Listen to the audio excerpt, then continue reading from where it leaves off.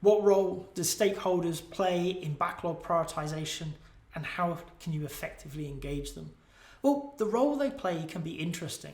If you went purely off the Scrum guide, you would turn around and go, it's the product owner's job. Why do we need to talk to the stakeholders? And fair enough, if you don't need to, your product owner can do it.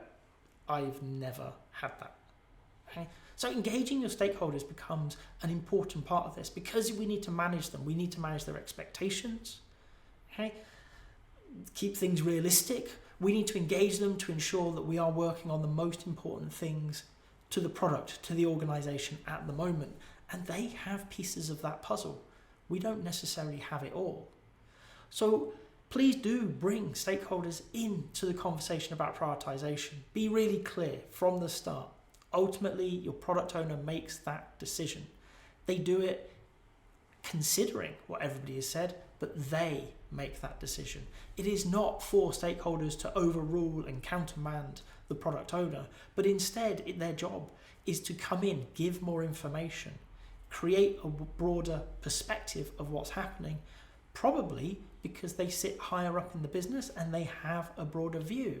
Providing that information becomes really interesting and important. So they're not going to make a decision. They're going to add information so that your product owner can make better decisions. Now, how do we engage them? How do we do this in an effective way? Well, I'm a big fan of backlog refinement and sprint reviews as places to engage stakeholders.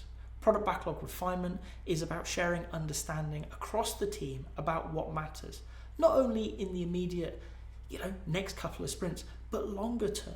So having stakeholders in there to talk about the problems they are seeing and what matters to them, very often bigger picture items, makes sense.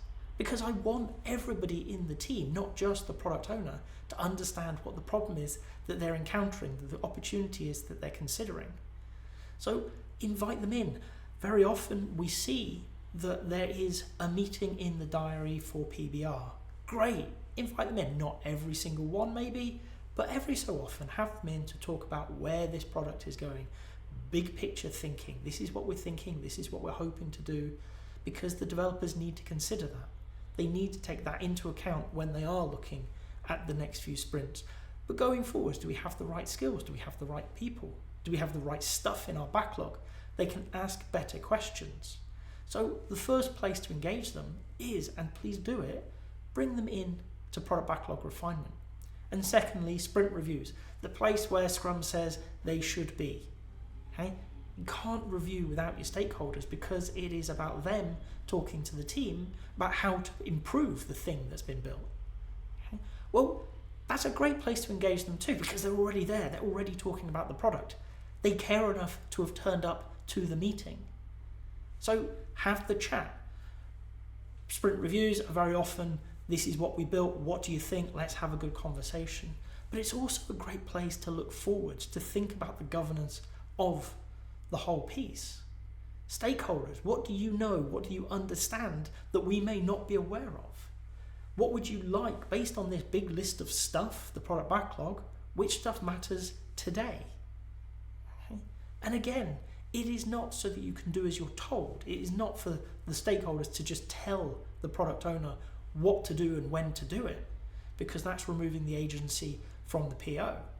Instead, it's for them to give information, to provide colour and context to decisions that have been made, to things that are happening in the wider organisation, so that the product owner can do a better job. So the best way to engage your stakeholders is when they're naturally talking to the team about the work.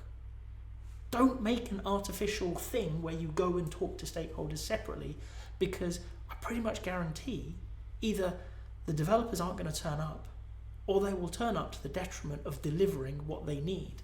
If it's just a natural part, and I find, as I said, refinement and review being those two natural places, then it just becomes part of the process. It's a nice, easy way of blending things in. We're thinking not only about the next few sprints, but the next few months maybe.